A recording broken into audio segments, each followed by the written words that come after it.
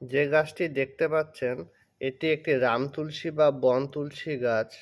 সাধারণত রাস্তার পাশে বা রেল লাইনের আশেপাশে এই গাছটিকে খুব দেখতে পাওয়া যায়।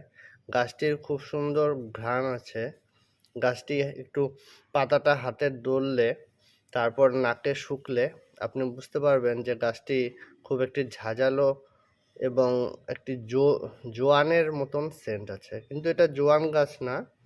এই গাছটি খালি পেটে সকালে একটু লবণ দিয়ে চাবিয়ে খেলে, পাতা বিশেষ করে, সর্দি কাশি এবং গলা থেকে অনেক সময় কাশির সঙ্গে রক্তপাত হয়, সেগুলো একদম কমে যায় ২-৩ দিনের মধ্যে।